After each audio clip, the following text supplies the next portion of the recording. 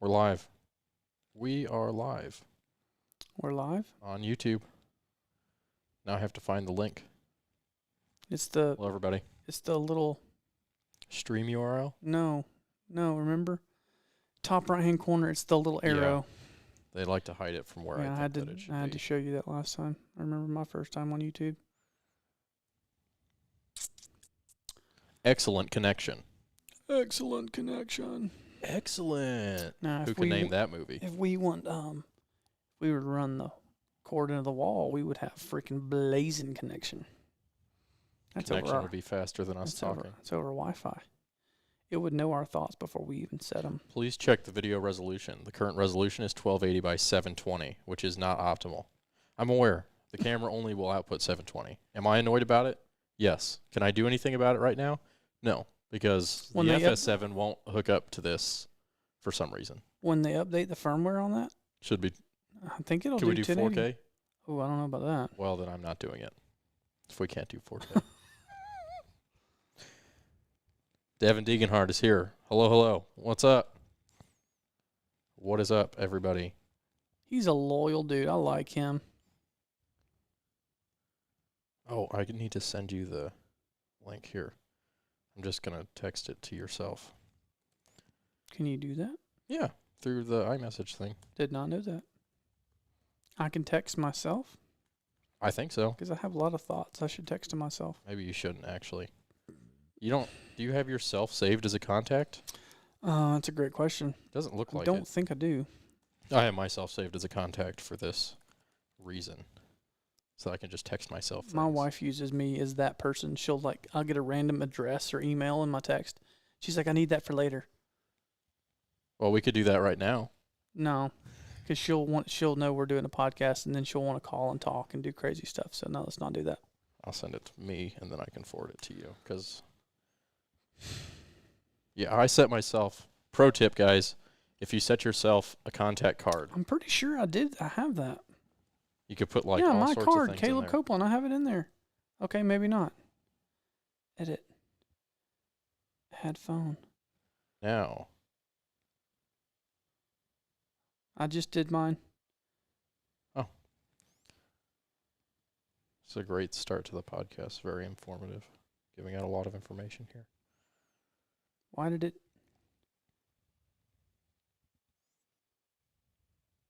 There you go. You should have it now. Okay. I'll add that to the stream. All right. If you all are watching, shoot us a message in the live chat so we can talk with you guys. We're going to do a podcast here, but we figured we'd hang out with all y'all on live first. On all everybody's- Ewans. All Ewans? Is that the terminology? Dude, I learned 2 new redneck words. Really? Yes. Wow. Those must be some real redneck words. So there were some people in Alabama, from Alabama, that were in Kansas, Mm-hmm. and I could tell they were from Alabama just because of the way they talked, because they had true blue Southern accents, and Again, the intensity of an accent does not make it less of an accent. Just because you have 10% of an accent doesn't mean you don't have one. I learned 2 new words. Okay. Side-goggling, Side-goggling? which means it's not quite straight. It's kind of like cattywampus. So my eyes are side-goggling? Yes, your eyes will definitely be side-goggling. And the other one was pert near, Pert near. which is almost. It's so you That coffee cup is pert near in the floor. It's almost like it's going to fall off the edge, like almost like close. Pert near. That is pert near. I would like to know where that came from. I love both of those so much. Pert near. Yeah, and I'm going to try and employ them in my everyday. Side-goggling and pert near. Did you take note of them? Yeah, There you go. they're in my Southern sayings. For all of you that are watching, if you can see this, I have a whole huge Southern sayings list that I've been keeping up with. Nicknames, sayings, words that I've been keeping up with. My dad has said most of them over my life, and I didn't really take notice to how many times I use the same, sayings and words in everyday life until like Ryer was around and some other people are like, "What did you just say?" And so I started writing them down and trying to keep up with them, and I've added to them. Like every time I'm around, really country folks that I know, I'll ask them, "Hey, with some more words that I don't have in here that my dad might not have said. And then I told both of those to my dad. He's like, yeah, I've heard both those. I'm like, dadgummit. I want to Thought you find were one gonna have he one. hasn't heard. Yeah. He's like, he just doesn't. Those are some that What he about doesn't like say. a Louisiana word? Like Well, some, that's- like some, But that's like some different. So Cajun, those are just Cajun. French. Cajun and Southern is a different. That's like I don't know a good comparison. But those aren't the same thing. Cajun is their own freaking breed, man. They're a special kind of people. But yeah, they're just watch Waterboy if you want to know what I'm talking about. Hey, speaking That's of, some high quality H2O. how did you guys like the movie one? Because we got some messages and stuff on it, but like I want to know if that was cool or not because I kind of want to do that one again. You do know you could just do things, even if people don't like it. Well, You are so- the executive producer. So Nicole and I watched Newsroom again. Oh wow. So that was I don't want to misquote myself or like tell lies, but it's either the 5th or the 6th time I've watched the series all the way through. And I could watch it again right now. Yeah. I've watched good. every episode 5 or 6 times. And I've watched Parks and Rec twice, everything twice. And then I've watched Suits twice. I tried to watch Justified again, couldn't do it. I want to rewatch all of Game of Thrones, and I'm going to rewatch all of Yellowstone before it comes out in June. I'm going to try to. Yeah, because it comes out Father's Day, Season 3. Are we ready for this thing? We're going to wait a few more minutes. Yeah, we'll wait a couple more minutes. I was just checking because on the YouTube thing, I have the spinning wheel of death, but on here, it looks like it's Working? going fine. So it is hard to, yeah, it's hard to say. I don't really. There's so many different pieces of this puzzle Yeah, that could go wrong. it's convoluted for sure. Apparently, you can't just plug in a camera to a computer. Should have known. You need third-party software. You also need an encoder. Lots of things that you need. Because some people have asked us how we do this, and we're like, well, we kind of we figure it out every time we do it. It's new every time we do it. See how we get the FS7 connected. Mm. So then we can do this in 1080, not 720. Yeah, why would...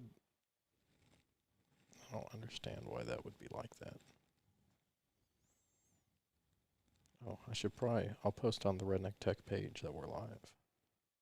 I posted the thing. I didn't post, but I put the link in the description or the bio.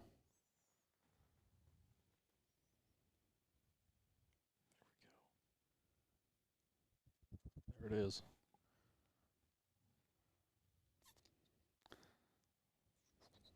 Oh, I spelled live wrong. How do you I spell accidentally it? pressed the R, which is right next to the E. So liver instead of live? No, it was just, I guess, Liver. yeah, there's no E. Just make that red for live. We are live. Link in bio. Gotta put that always. Always the link is in the bio. You would think people are smart enough to figure that out by now, but turns out. You never know. I mean, the link could be so many places on Instagram. I really wish that Instagram would let you link in the post description. That's one thing that I wish they would fix. They will eventually, I bet. I don't know. I feel like they would have done it by now if they were going to do it. I think they Why just would sit they- around. I think they just sit around the water cooler and think about ways to screw people. Do you think that they and the good folks at Adobe just spend all day talking to each other and doing nothing but developing things that nobody asked for? Because that's all that we get. That's all that we get from things. Yeah, you've had a real good time with Adobe last couple of weeks. Yeah, and it just keeps continuing. Just new things every day. Well, this project you're working on now should be easier. It's all FS7. Yeah, it has been. It has been easier. I still had to make proxies for the drone clips and the GoPro clips because those are all above 1080. And then the interviews I filmed in 2.7K, and those I made proxies for as well. Well, no, I think I filmed the interviews were in 4K, so I made proxies for those. I've never had problems with my FS7 on 4K. I just Have you I don't know how far along in that show are you? Halfway? a third. A third? Yeah. Okay. Why? I'm thinking just scheduling in my head Oh, I see. because I want to have that in full episode done of this show, the TV show done into next week before we leave. Because we kind of have to. Yeah. Otherwise, we're going to be so far behind. Because you leave again as soon as we get back. You're here for like 2 days and you're gone again. Yeah.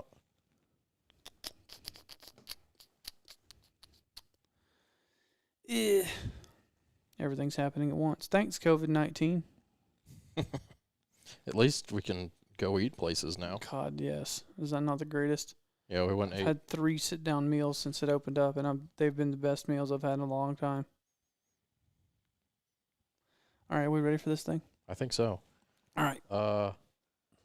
Headbuster Turkey calls, is it better to film in 2.7 on a GoPro versus 4K? What are the benefits? I mean, it really doesn't. It depends on what you're doing with it. The reason that I film 2.7 or 4K on a GoPro is for the extra crop room in post, and especially on a GoPro because the angle is so wide on those that if you film in 1080, you're just stuck with a super wide angle, and most of the time it's wider than you might want it to be. So 2.7 versus 4K, a lot of times I do 2.7 because I don't really need that much crop, and I don't want to deal with the 4K footage. But probably whichever one you really wanted to do. I mean, I just do a lot of stuff in 2.7K. I mean, I do the drone in 2.7K. Yeah, well, I do that because it's a wider field of view, and it doesn't bog down the computer near as bad. And I always make it 50% anyway when I film in 4K, so it's kind of pointless. Yeah, I hardly ever crop in on the drone. I haven't really found a lot of... It looks like crap at Yeah. 4K. It's not true 4K. That's the problem. Was it up-resed? Yeah. Well, it's a highly compressed, Mm-hmm. MP4 or whatever it is, and I mean, they say they shoot in 4K, but it never use it in 4K. It looks like dog crap. Yeah, so I guess the answer to that question is, what are the benefits? Benefits of 2.7 or 4K is cropping in, but you're going to have bigger file sizes. So just got to weigh those things. Okay, we ready? I'm ready. The Redneck Tech Podcast is brought to you by Diamondback Covers, the absolute best cover you could ever spend your money on. If you need an insurance policy for all the expensive gear on the back of your truck, then you need a Diamondback cover. Make the bed of your truck a vault with Diamondback. Right here, right here, right here, right here. Yeah. You want him? Yeah.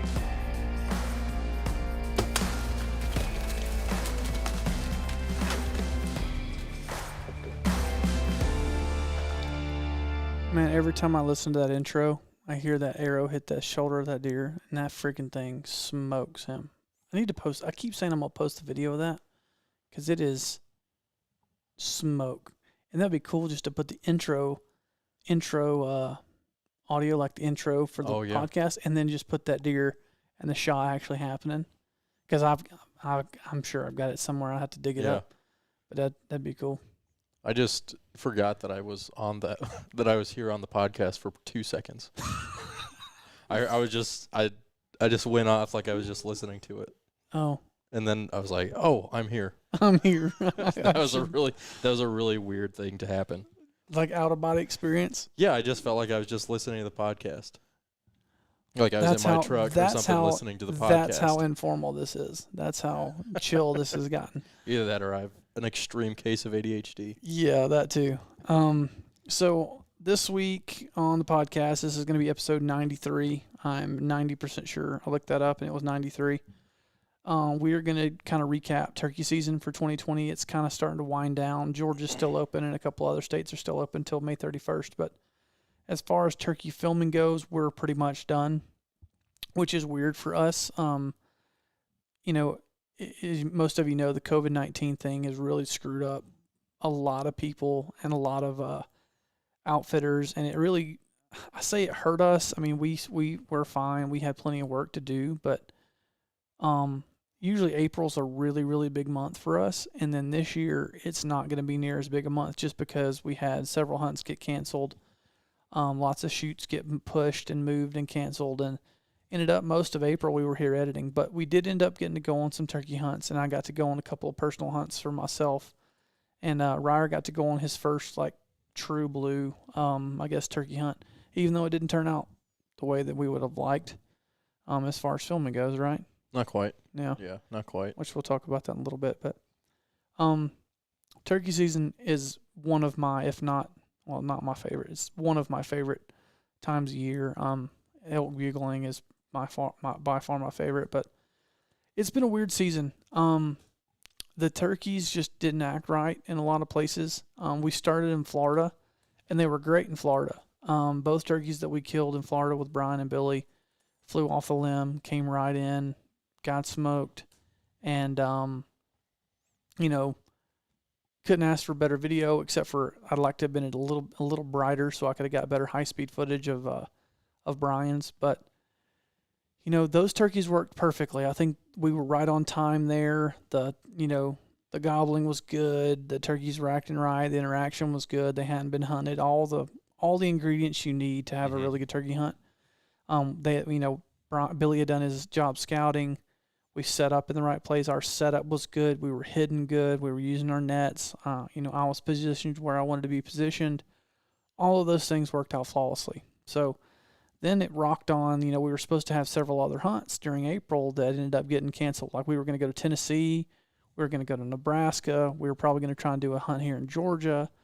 And none of those ever happened because everybody was freaking out about this stupid virus that half the country is still freaking out about. I still ain't figured that one out. But we missed last week because we were both gone filming. So we're sorry. We did miss a week. But we're back in the office now. That'll happen. Yeah, and we'll That's probably just have to do 2 next week because we're going to be gone the next week. And I got notes written for 2 more coming up. So, and we had something happen. We're not going to talk about it because we don't want Ryer to get in a fit of rage with one of our other projects. And we're going to talk about that on the next podcast. About to make me get in a fit of rage. Yeah, he will get in a fit of rage. He's got that strong Irish rage. So we're going to let you guys in on a little insider things that happened that really, really piss us off. And it has nothing to do with us. It's not even it's not even pissed off. Like my heart hurts. Yeah. It hurt my heart. Yeah. Which is hard to do because I'm a ginger and I have no soul. But it's anyway, not to give away too much, but we'll talk about that on the next podcast. But so I like how we give people cliffhangers now. Yeah, hey man. We do a lot of cliffhangers. Yeah. Like, we got something cool coming up. You guys are just gonna have to wait and see. Yeah. Like and subscribe. And then we forget about what those things are, and then we forget to tell them. But people have to remind us. If you want to catch what happens next, like and subscribe to the Redneck Tech Podcast and then channel. Remind us what that is that you're supposed to be liking and subscribing for. So anyway, we've been in the office editing, trying to get caught up on edits, and honestly, we've been kind of laid back more so than we should have. Now that everything's starting to open back up, and we've started to do some more hunts and some more editing and filming, everything's happening at once. Everybody wants the last 2 months worth of work in the next 30 days virtually. So that's of course put pressure on us, and the pressure hadn't really came off of us. Really, I don't feel like, but now it's even more because we're adding traveling into the mix of timelines. Well, we keep the whole time I've been here in Georgia, it's been it'll slow down here. Yeah, it'll slow down here. The coronavirus came, and it was like, oh, we're probably gonna be a little slow with the coronavirus, and nothing happened. Never is, which is good. I don't want it to be slow. I'd rather be busy than bored. That's what I always say. But I'm glad. Maybe like, I don't know, 1 week of boredom. Well, we talked about it. You need to take up fly fishing. You need another hobby. Yeah. Or you need to get back into your bike and quit being a sissy. I know, it just rains so much, and I hate riding in the rain. It does rain a lot. It's a pain. It's hard to be motivated to ride in the rain by yourself. Like, if I was riding with other people, and they're like, we're going to go ride in the rain. It's kind of like, Hunting in the rain? hunting in the rain. It's like, you don't really want to do it, but if there's 4 other guys and they're going to go hunt in the rain, pressure. you're like, well, I'm not going to be the one who's not going to do it. Yeah. But when you're by yourself, you're like, I mean, it's fine. I need the sleep. And yeah. it's a rest day, and my legs need rest. See, I don't need to sleep, but I get it, man. I like sleeping. Golly, I'm good at it. That's something I'm real good at. But anyway. So Caleb's ideal job would be sleeping and movie reviews. Yeah, really. Or movie reviews I can do while sleeping. I don't know if there's the technology for that. No. Maybe someday you'll be able to patch in a movie to your brain when you're sleeping, and it just like absorbs it, and then you feel like you've watched that movie. It's kind of like when we leave our computers to render overnight while we're gone. Yeah. So anyway, getting back to turkeys, we went off on a little tangent there. We apologize. So the first official turkey trip after Florida, after COVID-19, Chuck and I got in the truck and we drove to Missouri, and we were going to hunt for the hunting habit. We were going to hunt in Missouri and Kansas and potentially Oklahoma if we needed it. But ended up we had to spend a lot more time in Missouri and in Kansas than we had planned. And we did kill some turkeys, but to kind of start the trip off, to kind of give you guys a outline of events as we left. And we drove all day from Georgia to southern Missouri, right outside of Springfield. And we've got permission on 12 or 1,300 acres that are, probably only 10 miles outside of Springfield, Missouri, where Bass Pro Shop headquarters is located. So we hunted there the first day. We got on some turkeys. They were gobbling pretty good on the ground, but they were across the property line, and we couldn't get them to come across to us.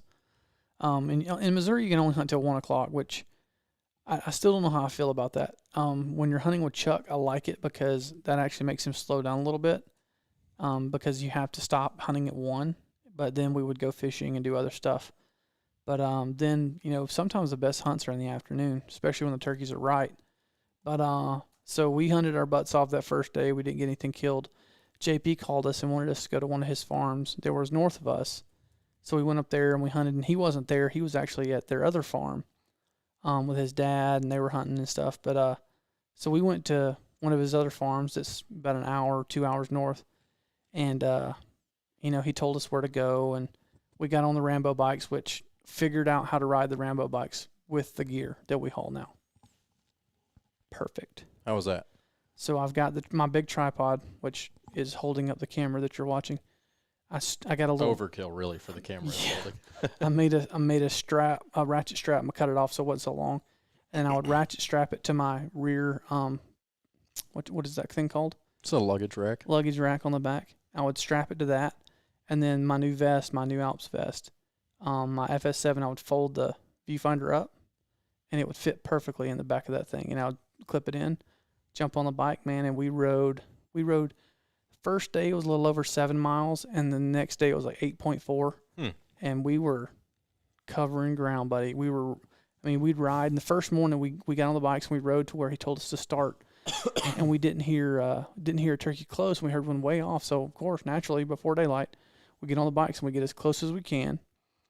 We get out and we hear this turkey gobbling, and we're looking on our Onyx, and we're looking to see where exactly we think this turkey is. We kind of figure out where we think he is when he's gobbling on the limb before daylight. We get set up, and it's not in the best setup. I mean, I'd like to have been behind Chuck, but there's no way to get behind him.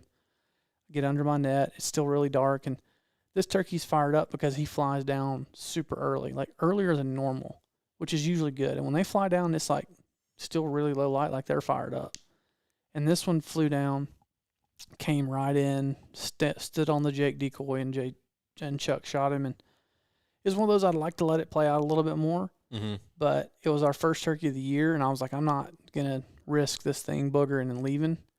So I didn't get greedy, and I was like, kill him wherever you want. And Chuck, as soon as he got the opportunity, he shot him. So we got that one under our belt like the first morning there at that farm, and I was like, okay, this is good. And we're thinking this is going to be like on fire. Mm-hmm. So Chuck's like, you better buy your license. And it's like $240 or something for a license in Missouri. So I went ahead and bought my license because I was like, we're going to kill another turkey, and then I'm going to hunt for me. Yeah. And don't kill another turkey. We freaking hunted our butts off the rest of that day and all day the next day. And then JP calls us and wants to come to the farm that he's at. And we go up there, and then we end up killing a turkey. So this is funny. I told you this story, but I'll tell it again for the viewers, and I hope some of y'all reach out to Chuck and tell him that you know what he did. I know what you did back there. So we got to this new farm, and JP sends us to one end. He's going to hunt the other end.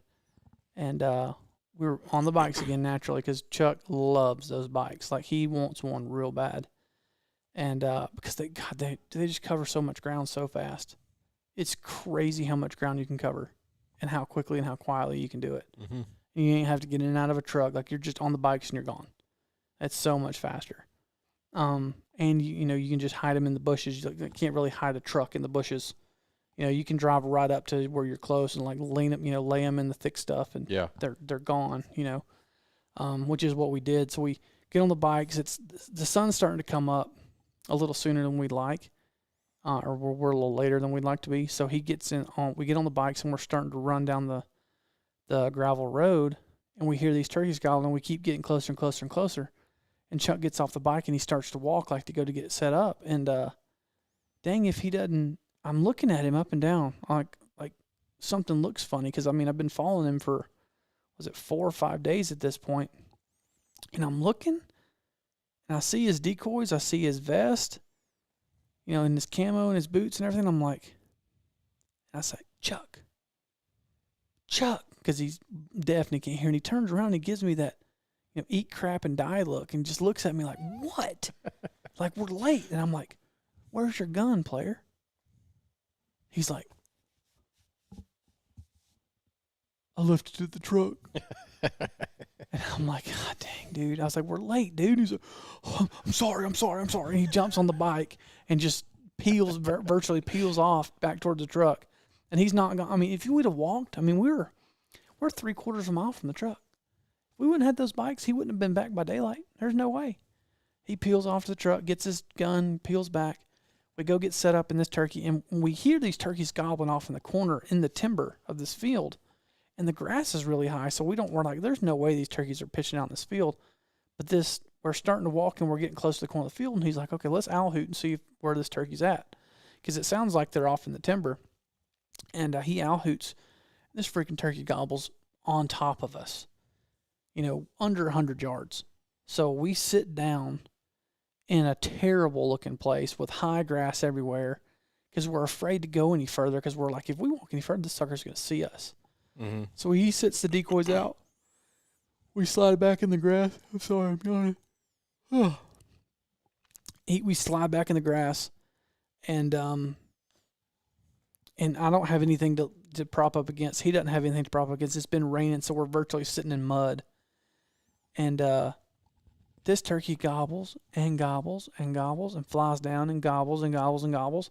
And we finally see him, and the sun's up good now, so I've got plenty of light, and we can see him, and he's through all this stuff. You know, I can just see the tips of his tail fan. And he'll just stand there and, you know, strut and gobble, but he won't move. And he's like, 75 yards away, 60, 75 yards away, something like that.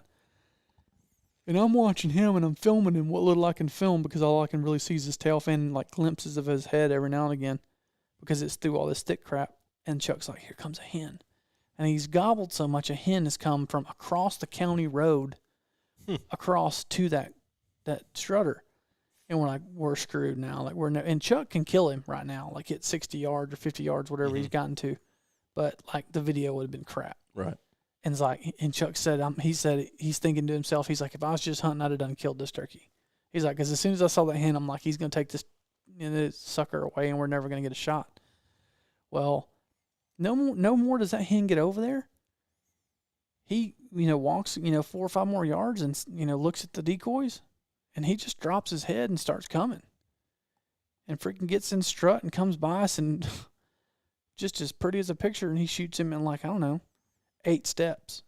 And I made him come in that time. Like, I was letting him get as close as I could, and it was freaking Chuck out because he doesn't like that. He doesn't like him being inside 10 yards. And I think he shot him at like 8 yards, something like that.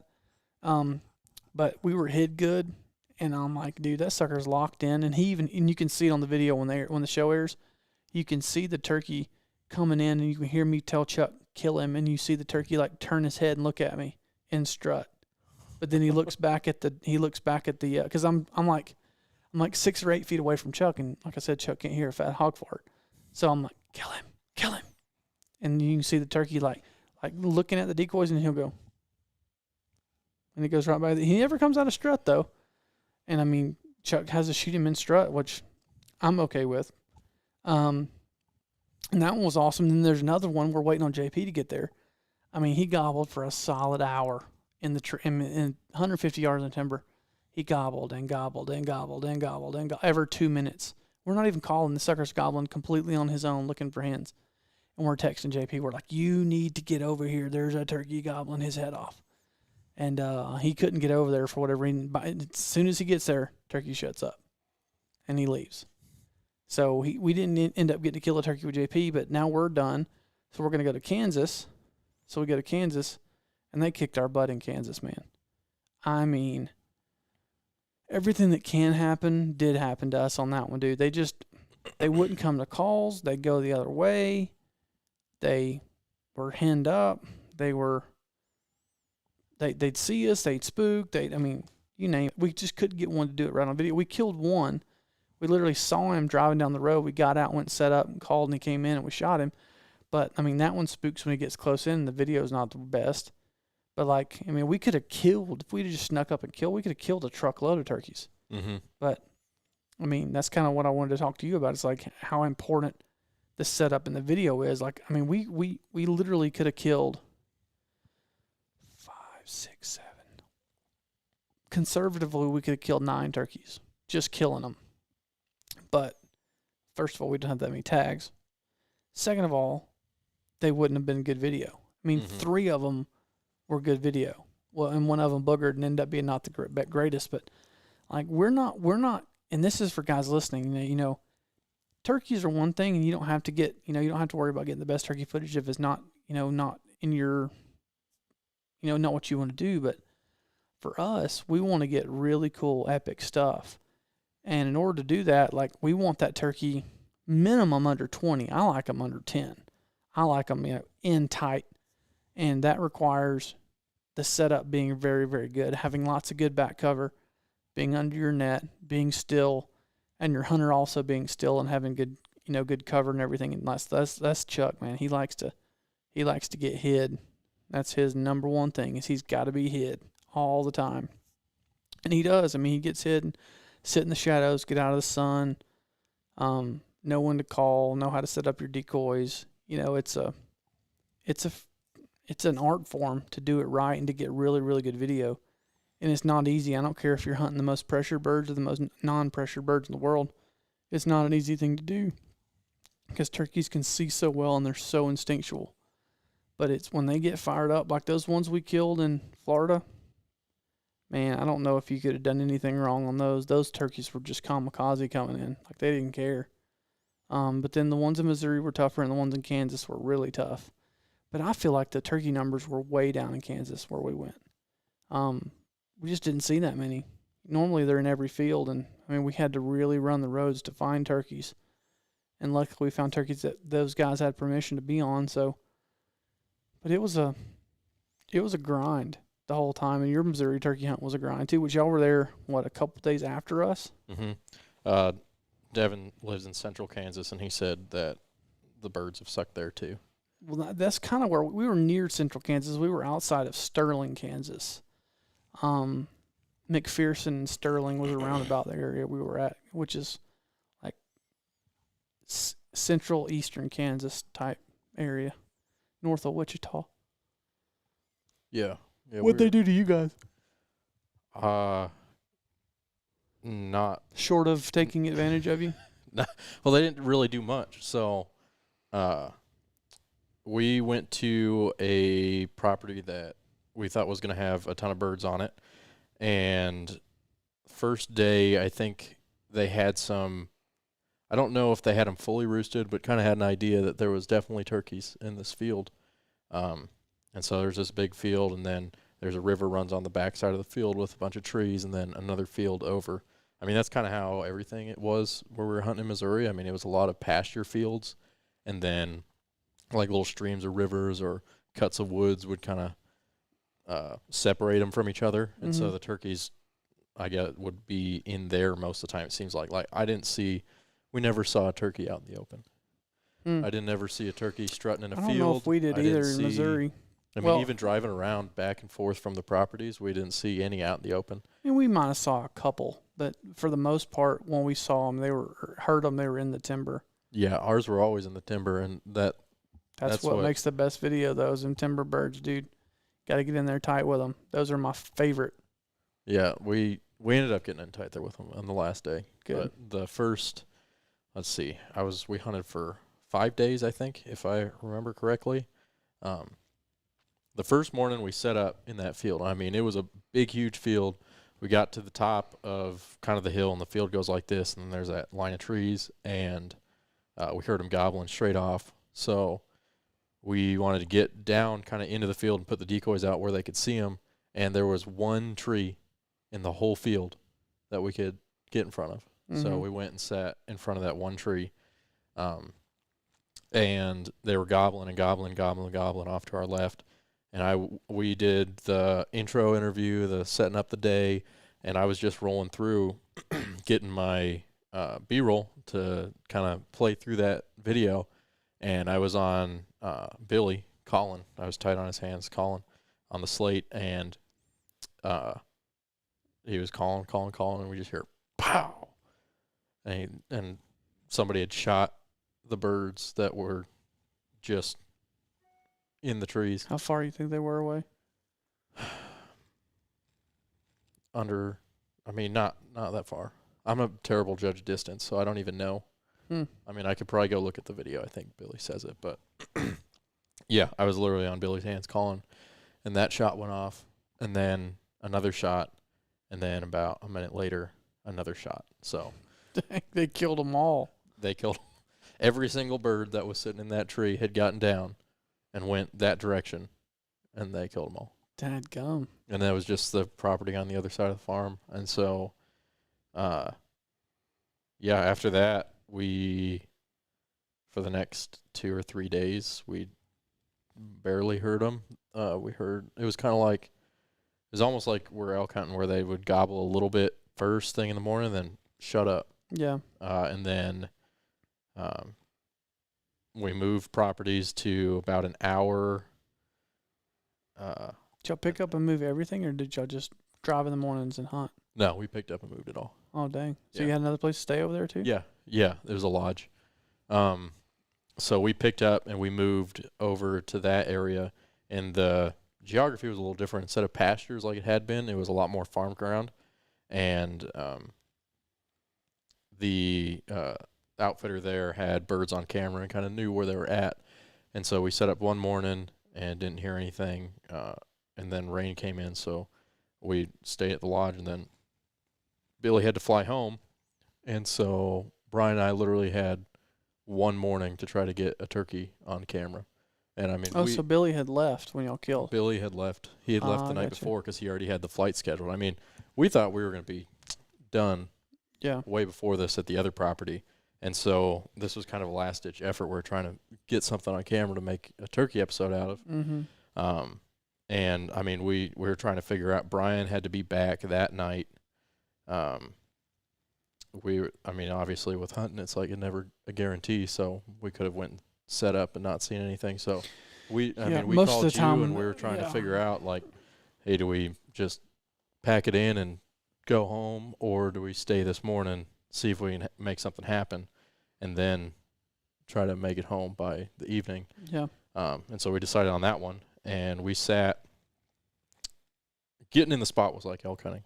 I mean, it was slick as heck, just muddy hills and everything to get back up into this spot in the woods.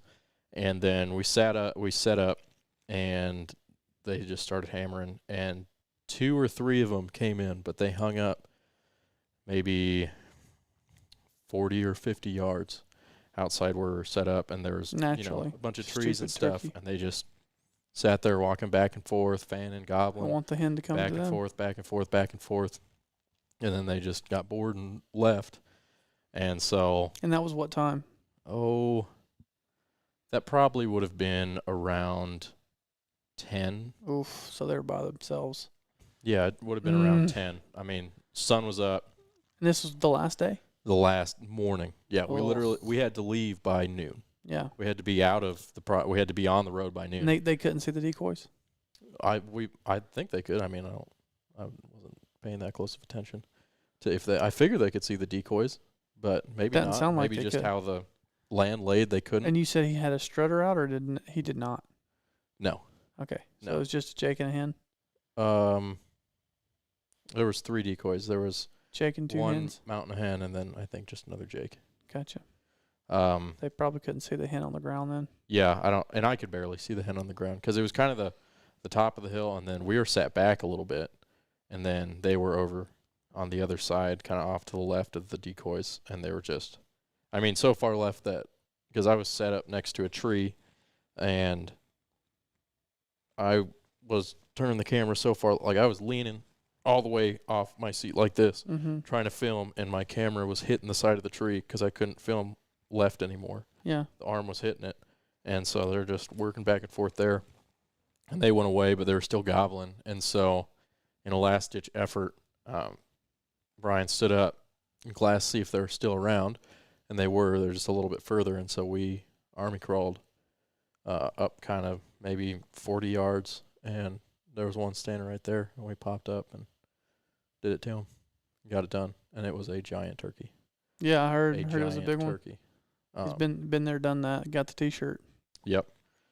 So that's how that one One. went. It was the Eastern. Mhm. It had a 1 3/4 inch spurs. Yeah. And how long was the beard? I don't know if I ever got the measurement for the beard. 1 3/4 inch spur is a big spur for an Eastern. And I think it was a 25 or 30 pound bird. The biggest Eastern spur I've ever seen is one that Tiffany Lukoski killed, and it was a 2-inch spur. Freaking giant. She's got it mounted in her house. It's the biggest turkey I've ever seen. Yeah, that's a big bird. Yeah, that's an Oh. Iowa bird behind the camera. Okay. It's not that big though. I don't remember how big his spurs were, like 1.25 inches maybe. It was a 3-year-old bird, but that's the one I shot at 5 steps. Had to get him mounted, which I can't believe there's anything left of him. I shot him with a muzzleloader. But that goes to my turkey hunt, which when I went to Missouri, so me and Chuck were leaving Kansas, headed home. And Chuck's like, well, don't you still have 2 tags? And I'm like, I absolutely do. So we stopped back at that farm where we started, that we couldn't get those turkeys off the neighbor, Mm-hmm. and killed one right off the limb. It's friggin' awesome. I wish we'd have filmed it because it would have been the prettiest hunt we had gotten so far. Chuck wasn't producing? You know, he would have, but, and it Didn't was want also it. pretty low light. I don't know how much of it or how good it would have been, but, because I wasn't waiting on no freaking camera. I was shooting them. But, Oh, how the turns have tabled. yeah, yeah, exactly. Yeah, no, but both my turkeys I killed one in Georgia too, with a friend of mine named Brooks Pennington. We went down to one of their farms and killed one right off the limb. So out of the 4, 5, 6, 7 turkeys this year that I've seen die, all but one have been right off the limb. Only one turkey we had to really work for. All the other ones have come right in and kamikaze and died. But there's been way more than 7 times that they have not came in. So it's like, okay, we got lucky those times, but the other times of when they don't want to play ball and you see them, like, I can't tell you how many times in Kansas we had turkeys inside 100 yards and I have them on camera that won't come in. Many times. Dude, no crap. And Chuck will back me up on this because this is the dangest thing I've ever seen a turkey do. Is we had a freaking strutter come. God, couldn't tell you how far away it was. 800 or 900 yards we could see him, way out there, and we just yelp, and there's a wide open field between us and him. So there's no way to get to him without him seeing us. Mm-hmm. And he came for 7 of those 800 yards. and get all the way out there to 100 yard and teach strut and look around and finally just decided, nope, don't like it, and turned around and runs off.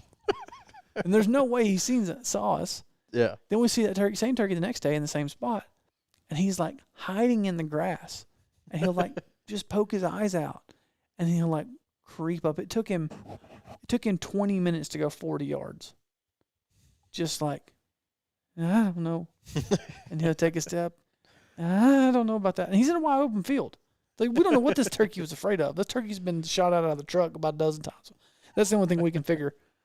But he finally, he gets in there to about 45 yards, and I can finally see him. And it would have been terrible video. I mean, we'd have got it, but it would have been. And I was like, kill that turkey. And Chuck's like, he's behind a tree. And as soon as he's got him, he's like, you got him? I'm like, nope, he's behind a tree for me, because we were literally this far apart. Yeah, that's the same thing that was happening to Brian and I in Missouri. Is like, he definitely could have killed that bird. Brian wanted to hold out for the good footage, hoping they were going to come in and do their thing. But yeah, I mean, Brian's sitting here. I'm a foot.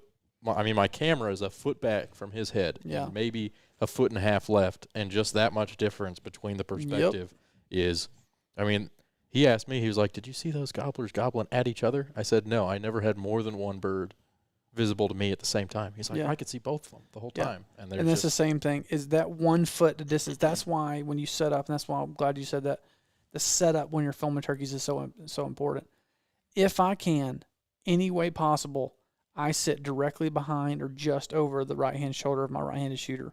Mm-hmm. And I've got a video I need to post that I did an over-the-shoulder video of how I set up. Or I need to be as close to them and, directly over their shoulder. I don't like sitting side by side just because of that. Unless you've got a wide open field, then it doesn't matter. Yeah. But when you're in timber, you have things that can be obstacles.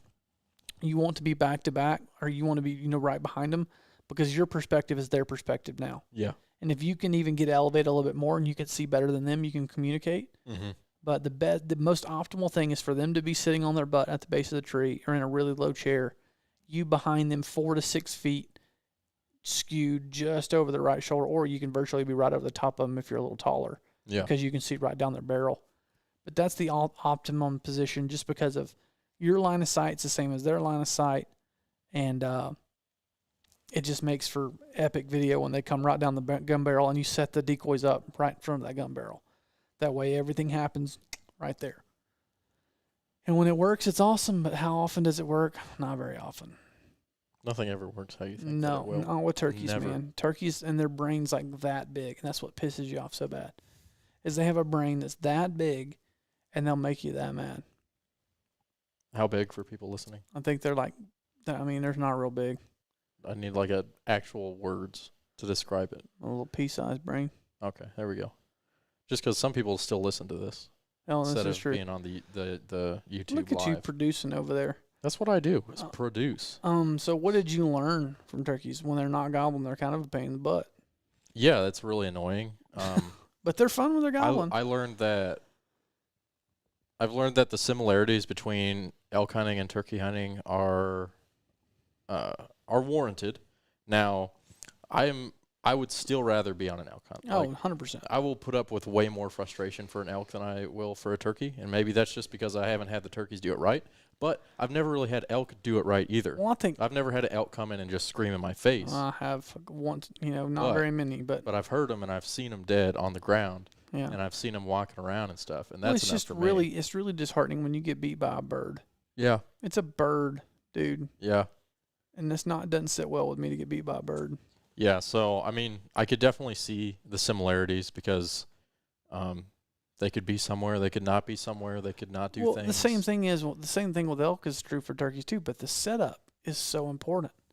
How you're setting up, how you're in reference to your hunter, how you set up to kill the elk versus the turkey. It's if the setup isn't right, if you don't have the right shooting lanes, if you don't have the right line of sight, if you don't have all the things that it takes to do it right, it makes it really, really hard. You don't have the cover, you don't have the hiding spot, a way to draw without them seeing you, a way to move your gun without them seeing you. It's really, really tough.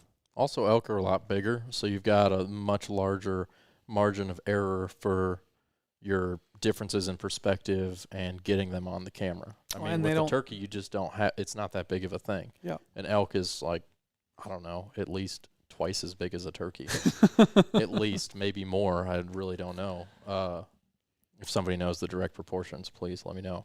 But like, if the hunter can see, the elk, you're probably going to be able to see part of the elk, whether it's, just part of his body or his antlers or something. I mean, you'll probably be able to see something at least. And it's really cool too. It's like and I noticed it probably more this year than I've ever noticed it that I can remember is you hear an eastern gobble, which is what y'all were hunting were easterns, and they have a really strong, deep gobble. When you get them close, you can almost hear that thundering off the ground. You hear that really deep, that really, really sharp, deep, hard-hitting bass of their gobble.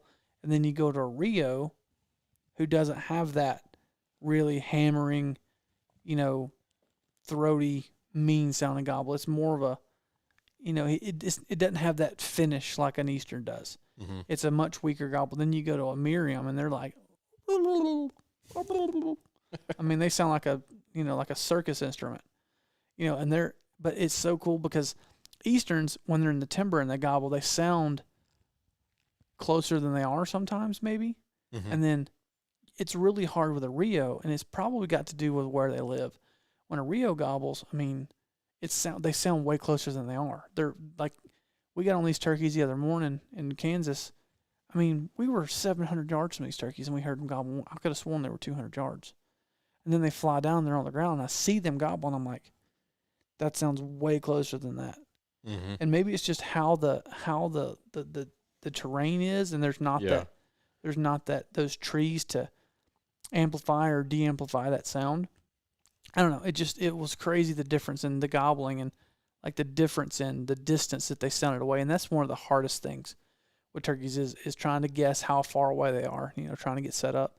Because you don't want to step on them. You don't want to go too far. But then again, you don't want to set up too far away because you don't know if they'll come that far, especially if they got hens. So, but we did a pretty good job 7 times this year or 6 of the 7 times doing it. So one of the cool things Brian did when we were hunting is we're calling before they'd come in. Obviously, once we could see them, we didn't do this. But before they came in, they were just gobbling, not doing anything and not getting any closer. He actually got up and went 10 yards away and faced the other direction and called at them. mm-hmm. And after that is when they started to come in. Sounds like they were And leaving, yeah. He said that the reason that he did that is because the turkeys can pinpoint exactly where you're at so well. If you get up and move 10 yards in the opposite direction, they feel like you're leaving now. Well, And they might be like, "Oh crap, I don't want to let them leave. I'm going to come in closer now." Well, that's just like elk. I mean, that's why you have a caller drop back 100 yards. Mm-hmm. Is so you can draw them past the hunter. That's the ideal. The ideal distance is that 100-yard buffer that those elk get to. You get 75, 80 yards in front of that hunter. Well, that calls that elk to 20 yards before he checks up. Same thing with a turkey. I mean, they know exactly where that call's coming from.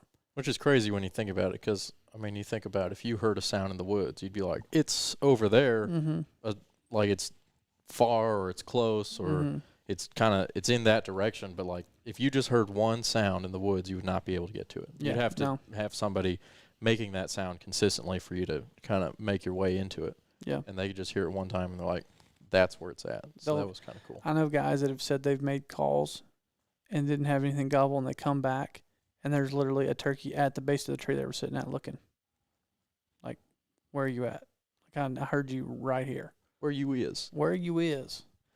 So It's crazy. They know exactly where it is. They don't have to guess. They're like, "Yep, I know exactly how far brains. in." Yeah. So that was cool. The first morning was my first time using a net. Oh yeah. I've meant to ask you about the net. And so I'm a noob, and I set up the net. Somebody's going to laugh at me. Somebody's going to be like, "Why would you do that?" It's because I'm a noob, and I have never done that before. So I'm sorry, guys. I'm not always an expert. It may seem like it, but I'm not, and I'll admit it. I mean, this was the first like legit turkey hunting I've done. So Yeah. I'm learning everything as we go here. Caleb says, "Take this net, put it over you when you get set up." So I take the net and I put it over me, which means it's a little poncho. I think it's different than yours by just enough.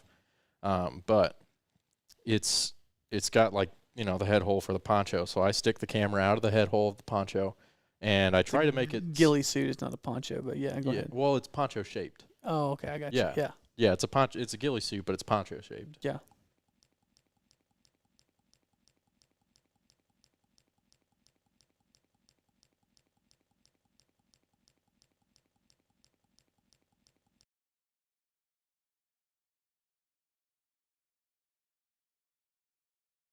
Top into the hot shoe, and then the shotgun mic right next to it. So my camera sits up a little bit higher, and so I try to cover that up.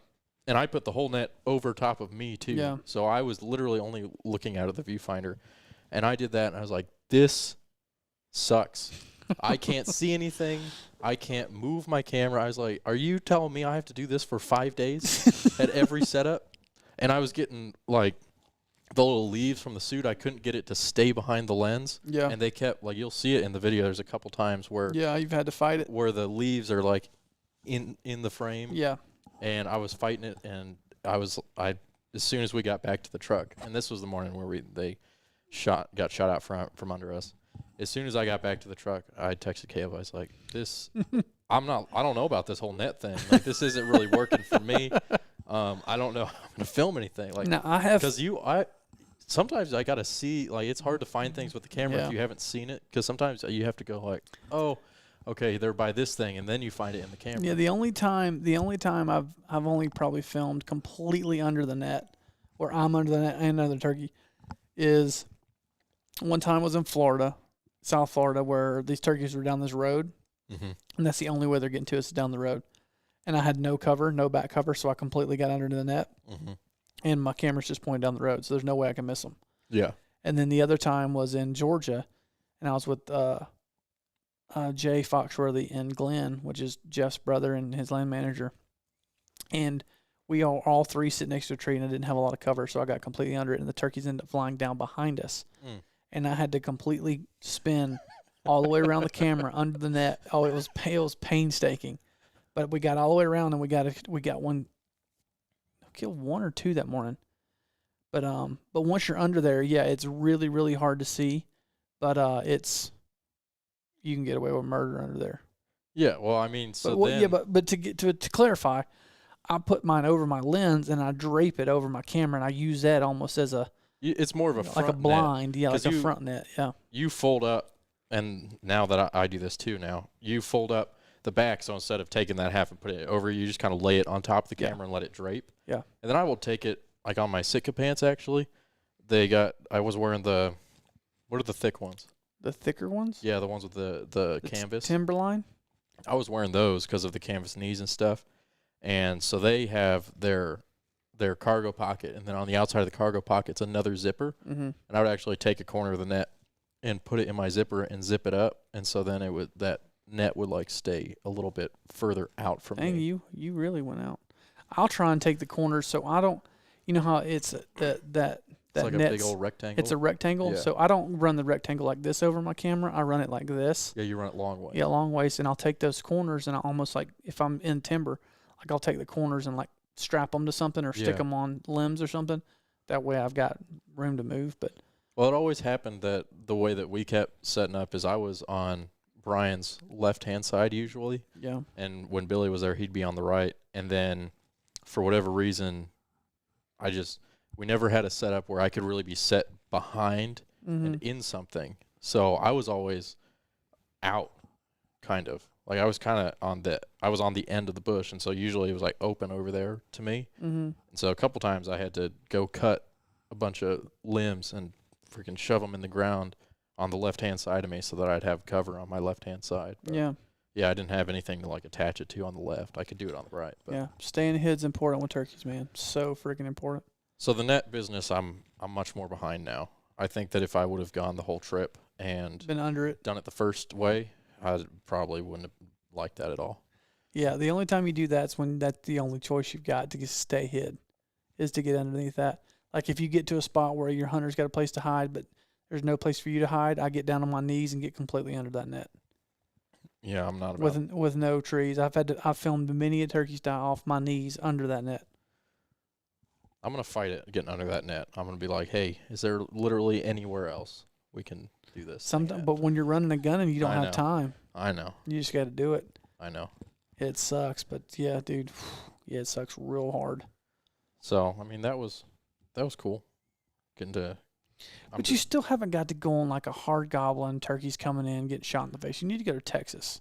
Every time we talk about the things that I've done, Caleb, it's always, you haven't gone on the best one. Well, and that's not you're my missing fault. out. I know it's not your fault. The elk hunts, the You deer hunts, got to do a right. really cool bow fishing trip the other day. That was cool. That was some redneckery. I said it. Yeah, I said it You there. said this might be Once the we most got- redneck thing I've ever been a part of. Once we got done with what went down, I was like, this is the most redneckest thing I've ever been a part of. And I'm not mad about it. Like I told Chuck, I said, I could see how a person would enjoy this activity. Yes. We murdered them for most of the day. And then that show's done. It'll come out here pretty soon. Yeah, that was a fun show. Yeah. You That you were Overwatch for a little while, flying the drone while we were on the Yes. ground shooting them. Yep, I was fulfilling my former child's calling of battle Overwatch, aerial. Aerial assault. I wish that'd be cool. Wouldn't you have bombs Yeah. on them little suckers? Anything, Anything. anything to kill them. That'd be fun. But yeah, I mean, so they went off. They left me on the boat to run the drone, and there was 4 of you guys out there. Mhm. Y'all 4, 3 shooters, and Caleb went out, and I mean, what was it, like a cove or something like that? It was like where the water had started to come Yeah. down, and there was land around it. It was like kind of like this cove. Yeah. And we were blocking off the Yeah, so the they fish's exit. trapped a ton of fish in this Yep. thing, all 4 of them, like that. And then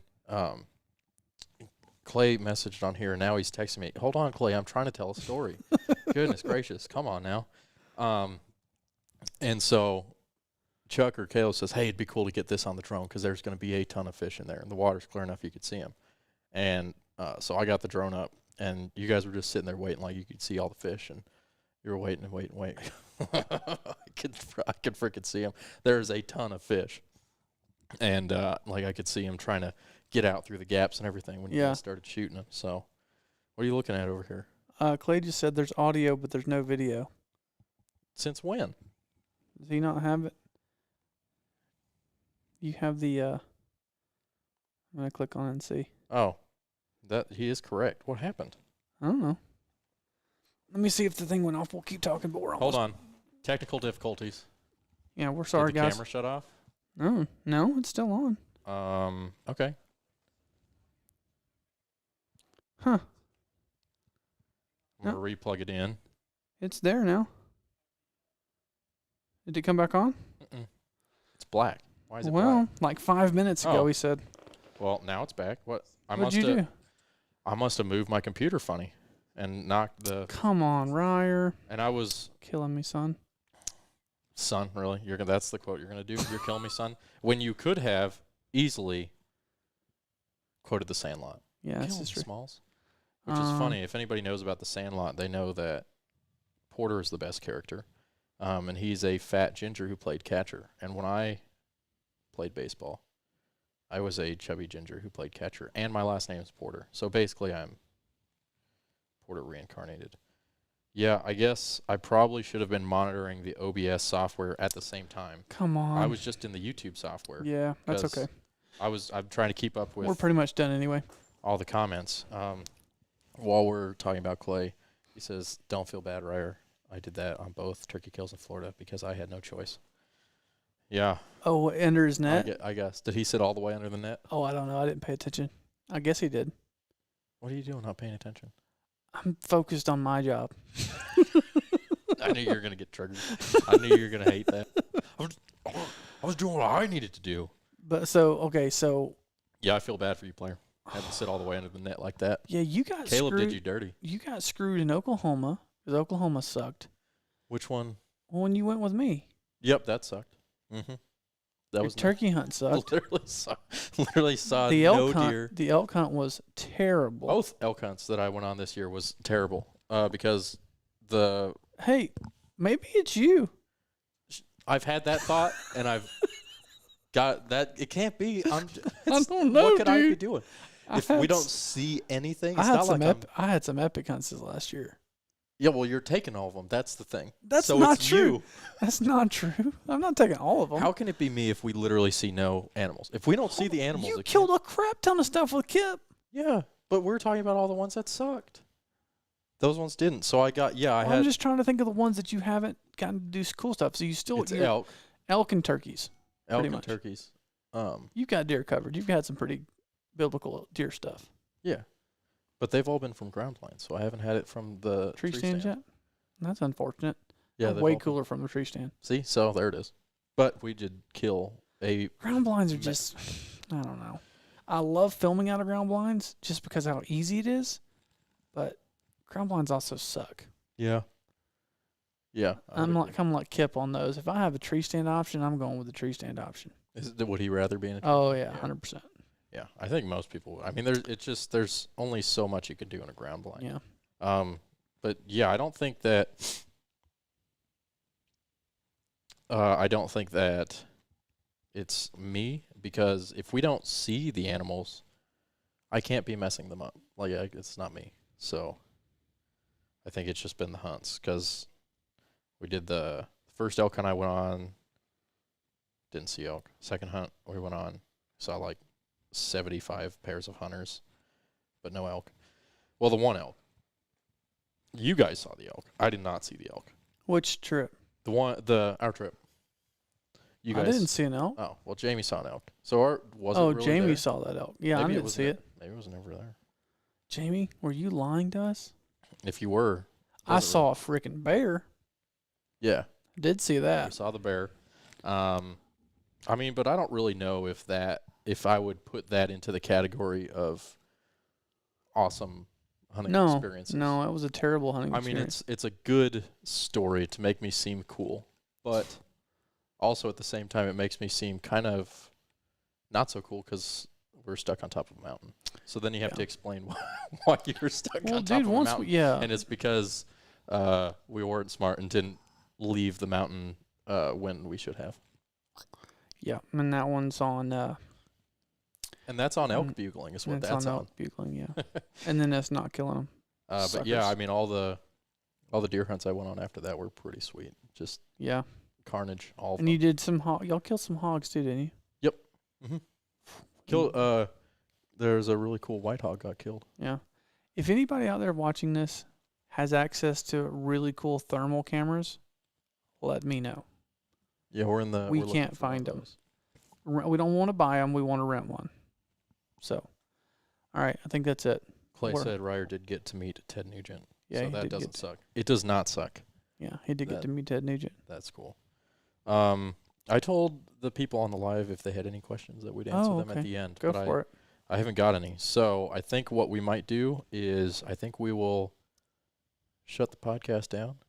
And then, unless somebody literally chimes in right now, we got to give them a minute. Do you think we can fill a minute of time? Maybe I just got an email from Arnold Schwarzenegger. What? Get to the chopper. Is that what it Oh, says? it's a GoFundMe ad thing. What's the Dadgummit. subject line?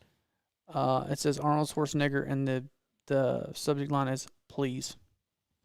I feel like Time is sing- short, so I won't wait a second. I It's think about that something. every single subject line that Ted Nugent, or I'm sorry, Arnold Schwarzenegger sends out should be Get to the chopper. Get to the chopper. um, I would have to agree. or some sort of pun. Get to the GoFundMe link. Maybe not. I mean, but if you've got a line as iconic as that, Have you even seen that movie? but I know the line. Ryer. I'm sorry. God bless America. I'll get. Have on, you I'll watched? get Have to- you watched any of the movies that we talked about? No, I've not. When was I supposed to have done that? You just don't sleep at night. Watch the movies. I'll probably watch. I'll watch Tombstone this weekend. Billy had it on his iPad, and I was trying to get a hold of that to watch it in turkey camp. But Billy would have let you not go hunting to have watched that. I know, yeah. Well, It's important. I'm trying to tell you you. know what's crazy? I had never even seen Tombstone referenced. Well, I mean, I've seen the. I forgot you've lived in California for 4 years. don't bring that up. Those Quit bunch of bringing that up. freaking sissies in California. What am I going to have to do to rid myself of that? You watch Tombstone. So if I watch Tombstone, you will never tell No. anybody again No. that I lived in the state that shall not be You named. watch every movie on that list, maybe. Oh, every movie? Every movie on the list? There is not a single movie on that list that doesn't need to be watched. And I'm not saying, well, no, I am saying, knowing what I know now, and as savvy as I am in the movies, it is imperative that you watch those movies. Okay. They need to be a part of your life. Okay. Okay. Good.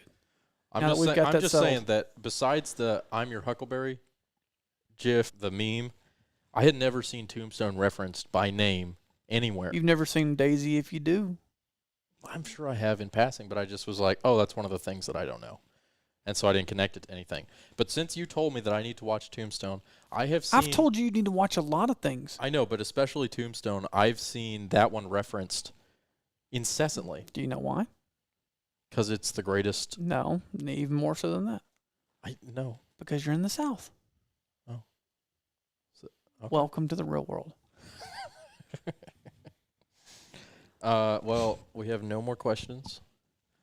So... Signing off. Uh-oh. We have a very offensive comment. Oh, God. You're going to find this very offensive. I apologize to everybody for what is Caleb's mouth because it will not be pleasant. If I will abruptly end this podcast. Is it from Clay? It is. Of course it is. It's from Clay. Are you brace yourself? Just give it to me. Clay Currington says that, and I quote, "Some on that list sucked, Caleb. ... Name me one that sucked. Name me one. And give me a reason. You can't just say it sucked. You had to have a reason. And that doesn't make me mad. I mean, everybody's palate for movies is different. But in this case... Okay, so everybody's palate for movies is different, but I like Top Gun, and I No. get berated for liking Top Gun. No, not that... Or Napoleon Top Gun's a Dynamite. great, Top Gun's a good movie. Napoleon Dynamite's terrible. Top That's Gun's a false. good movie. But it is not considered a great. It's a Look- good movie. Look, Every movie on the list that I gave you and him is a great freaking... that was in a book that somebody published about the 1001 movies you need to watch before you die. And Top Gun was on that list. Okay, I could get behind that you need to watch it. But as a great movie, It's it's 1,000 movies. Okay, let's get real here. I'm just saying it was on that Like list. my list was what, like 20? You just need to watch more movies, Caleb. You obviously haven't seen I do enough need to watch movies. more movies. I can agree with you there. We both do, I think, yeah. We need to hear from Clay because I have to leave in 5 minutes and he needs to get back with us on which one sucked. Because I guarantee he's just saying that to get a rile out of me. And I'm not Probably. going to do it. Not going to do it. Not stupid to his level. That's the only reason that Caleb hasn't lost his crap. He's like, I won't give in to that. There's a couple on that list that if he says they suck, I will get mad. But there's a couple and be like, okay, I could see how you wouldn't like that one. Come on, Clay. And it's type because faster. he has a subpar view of the world because he hasn't watched enough movies. But he has sent me a list and he's watched a lot of them. He has not watched a couple of them. Look, I didn't watch them because I was busy tearing my hair and out. if you don't know what we're talking about, we did a whole movie podcast. The one, I think it was right before this one. You Yeah. need to go listen to that one. I was busy tearing my hair out because of an edit. Yeah, Blue Stem. And so that's what I was doing. The list of not good is too long. Ooh. He's just trying to turn the Ooh. knife now. Ooh.